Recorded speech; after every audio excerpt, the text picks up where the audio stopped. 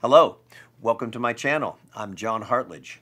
Today I've amassed some aged corks in vintage bottles to put one of the finest wine openers to task, and also to put to task my dexterity.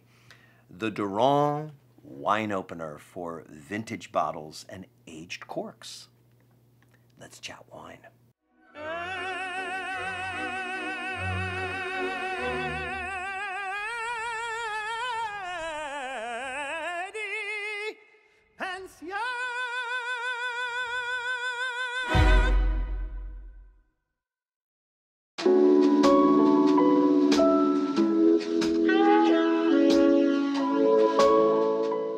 So, why this focus? Why this episode?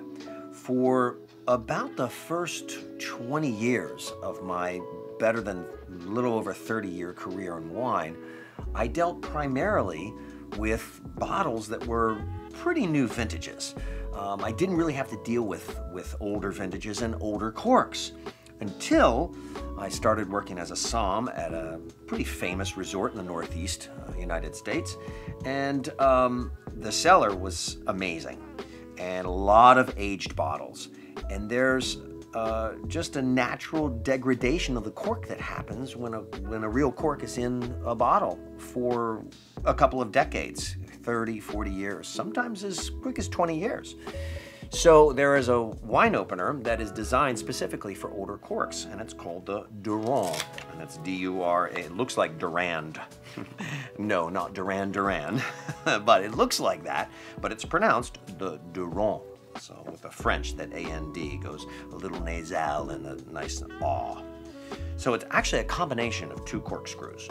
For a while, I was really psyched in my early career about what's called the osso. It's a two-prong corkscrew that you kind of get wedged down in between on either side of the cork, and the cork's in the center and you kind of twist it out. But I usually had trouble with the glass. I always felt like I was going to shave glass. Also, a standard corkscrew, just like that. The difference is you're going to take the corkscrew, and it's also very wide. You see how wide that spiral is. So you're in a little more surface area. Get that corkscrew down in there.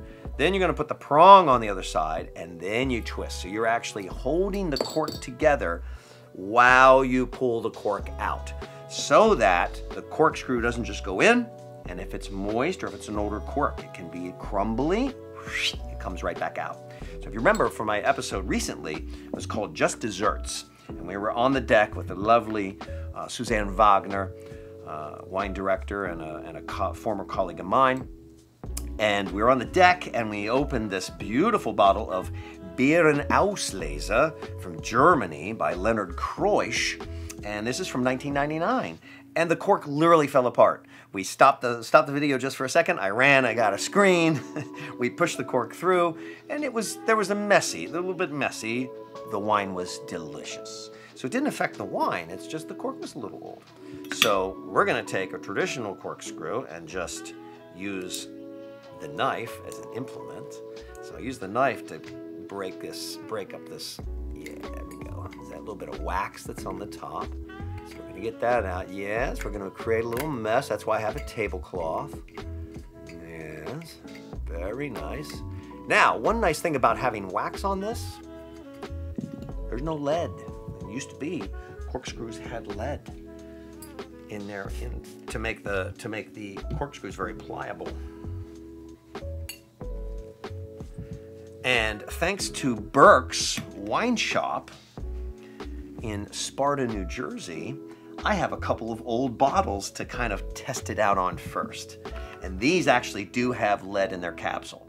So he just, this one is probably gonna be dead. This is an old BV, but it's a rosé. And rosés aren't built for 40 years of bottle age. It's a 1971. This is a 1977 cab with not a high alcohol, so I don't know how ripe it was, but also in 1977, the California wine producers were producing wine a little more Bordeaux-like, French-like. It's San Luis Obispo. It's not as hot. You're a little closer to the coast.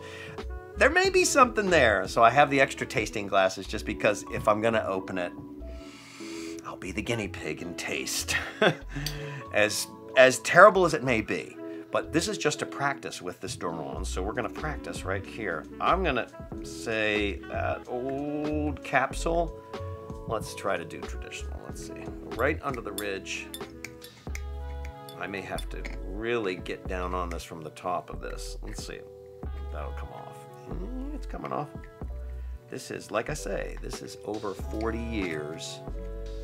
So there's definitely lead in that capsule. So before I taste it, I'm gonna do a nice little wash up job on it. Okay. A little squirt bottle. And let's grab one of these guys. Keep it nice and clean. Okay. All right, so here we go. Let's dive into this. I'm so excited. This was not cheap. I found a good deal, and that was $125. They're expensive. It's a great design. I can already see that there's a split in this cork. It's a little moist, so this is a really good test. So, oh, like hot knife through butter. It's that moist. So I'm going to go here. So the Burke's Wine Shop has a long history. But they have an area like any wine shop, you know, there's a storage area, and he's got some, I'm sure there are some real gems, but the shop manager found a couple that they're never going to sell. There we go. So I got on the other side of the cork, and now I'm shimmying down to here to where we have 4 sides, and we're going to twist it. Oh my, oh, I've seen it done. I've never done it, and I am absolutely astounded that that cork just came out intact. It's awesome. I'm like a kid in a candy store right now.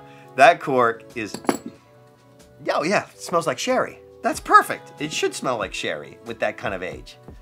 That is, this, wow. We might be able to use this little wine for some cooking. Holy cow. Let's see. Yep, look at the color. That is definitely not a rosé color. Ready against my white shirt.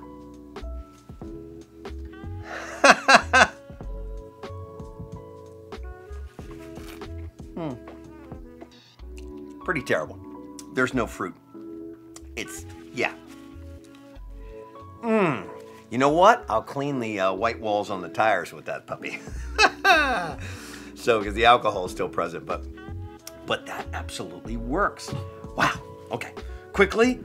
Now we're gonna get really good at it. Let's try one more quick, so we can get to the Croix. Really, because I know my producer really wants to have some sweet wine, as always. Okay, so because there's lead, I'm gonna see how pliable this is. Memories. Oh. This was a cutting edge capsule. Oh, I can't believe it. 1977. This producer was not using lead.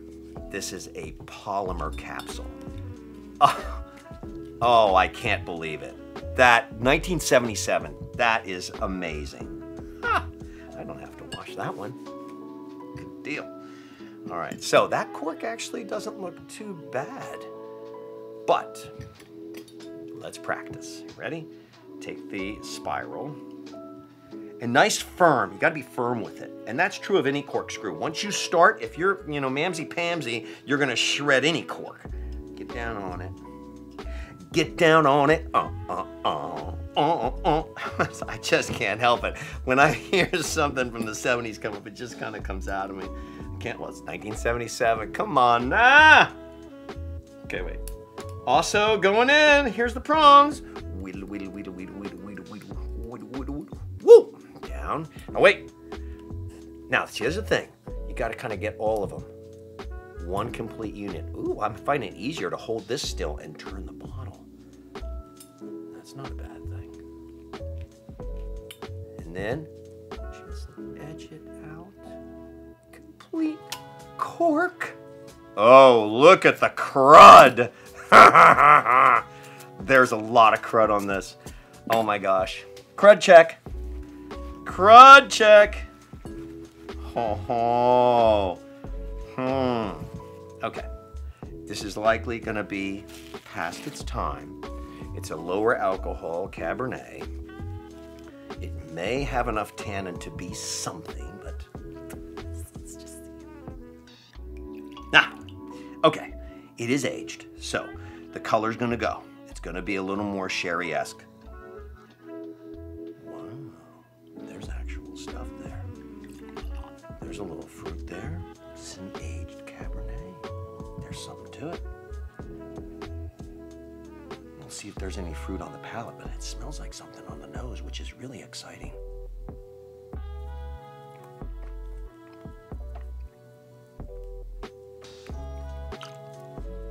You know what?